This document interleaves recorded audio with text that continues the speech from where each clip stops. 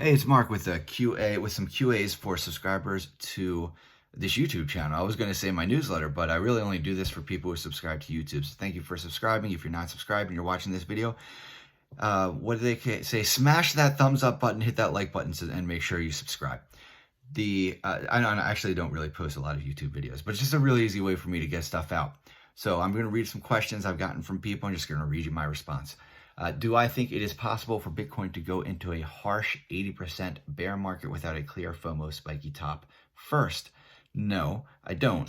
But a traditional, bear market where you just have these lower lows and lower highs, and you don't really see that rebound where you get a series of, it always goes up and down, but you don't get that bottom and then it comes back up, right? It goes back up, and maybe it comes back, but then it goes up higher. It comes back higher than before, and then up again, higher and lower and higher and lower and higher, swinging up and down, but on an upward trajectory. I think, yeah, you could get we flatline for a year or two, but I would find it hard to just understanding just the behaviors of the market and the way it works right now. I think it would be really difficult to see like some major plus 80% bear market in that case.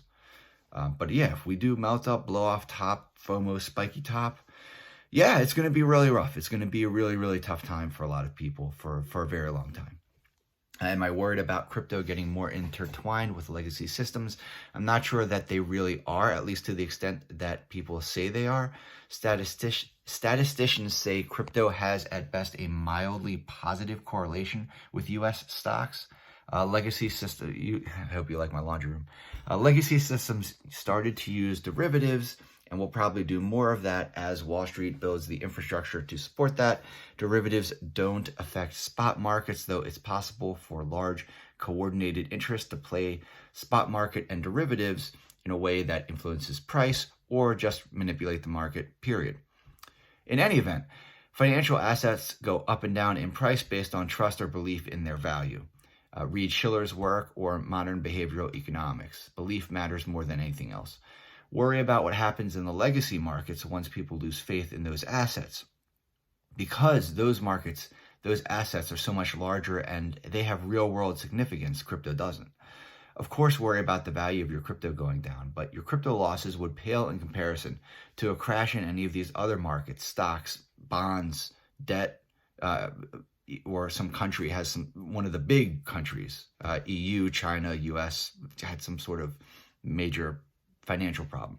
Because then you're going to get jobs lost, businesses ruined, lives destroyed, possibly civil and political unrest, and all the bad things that you're not thinking about right now, but you might want to. Crypto crashes, you're never going to get that. It might suck for you personally, but you're not going to worry about your job, your livelihood, the security of you in your house and your home. And crypto can recover from crashes a lot faster than any of those other markets. Another question, can I let you into Altcoin Insights? That is an altcoin research service that I have, just for reference. When I closed the service on February 15th, 2021, I extended all subscribers 1 year forward and kept that date as the subscription end for all new members. That means all subscriptions end on February 15th, 2022, as long as you're okay with that. And there are no discounts, there are no prorates, it's just February 15th, 2022, at the normal price. Yeah, feel free to email me at mark@markhelfman.com. mark@markhelfman.com. Email me, ask me about it, but first visit Altcoin Insights. It's altcoininsights.io. And read through the information that you have access to so you know what to expect. It's not a hot tip service. It's not an altcoin of the month deal. And it is reserved only for people who already subscribe to the Crypto ZZ newsletter, because I want to make sure that people understand where I'm coming from, given that it's not your typical, here's the next hot altcoin, $1,000 now, you're going to make $1 million in the next year type of approach. We're not it's just a different approach. So just want to make sure those expectations are clear and we're simpatico. Can I review your altcoin? There's just too many altcoins in too little time. In general, the altcoin space is insane. It is full of some really shitty people. It's also full of amazing people doing awesome things I think it's just best for everybody that I focus, for you, anybody who's interested in my thoughts and the information that I share.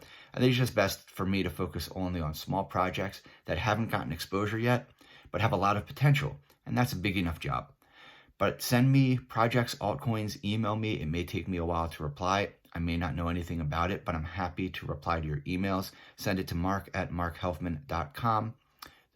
Don't comment below, just email me or connect with me on Twitter at mkhelfman on Twitter. Do I worry about SEC things, fines, anything? No, frankly, the SEC needs to crack down. It's just not do it the way they're doing it. The SEC regulates the people who create the tokens, not the protocols themselves. The challenge is where one ends and the other begins. Uniswap, for example, open protocol. Its tokens trade freely. Uniswap's team can use their knowledge to do all sorts of horrible things. And if they'd done an IPO or a fundraise, they could easily run away with whatever money they collected from that IPO or that fundraise. And you see that with DeFi rug pulls, just in general rug pulls. It doesn't even have to be DeFi anymore. It's just a rug pull. So that's bad. And that is something the SEC can do. It's just the legal and regulatory standards that they're using and the approach that they're using. It doesn't make sense to me. It just doesn't make sense for the technology. And they don't really have a choice because the law is the law. It's a shitty law, well, the shitty laws, but that's what the regulators have at their disposal. And they're very hard to change. They don't change very easily. And there are lots of limitations on how you influence the U.S. government bureaucrats and the bureaucracy. The remedies really need to come from Congress, and there are a few limitations on how you can influence a congressperson. So I'd worry more about that, about Congress. Their lack of action or urgency to create a sensible regulatory framework, or worse, laws that are even worse than what we already have. Spend 50% more time worried about Congress and 50% less time worried about the SEC. At the end of the day, the U.S. continues to lag the rest of the world in crypto and blockchain in general. And while that's bad for the U.S., it is good for the rest of the world. You don't want U.S. crypto laws. You want to have the freedom to create, innovate, raise money, build communities, and prosper in this new financial system that's being created now. And if that can't happen in the U.S., it just means the rest of the world will win, and the U.S. will lose. Relax and enjoy the ride.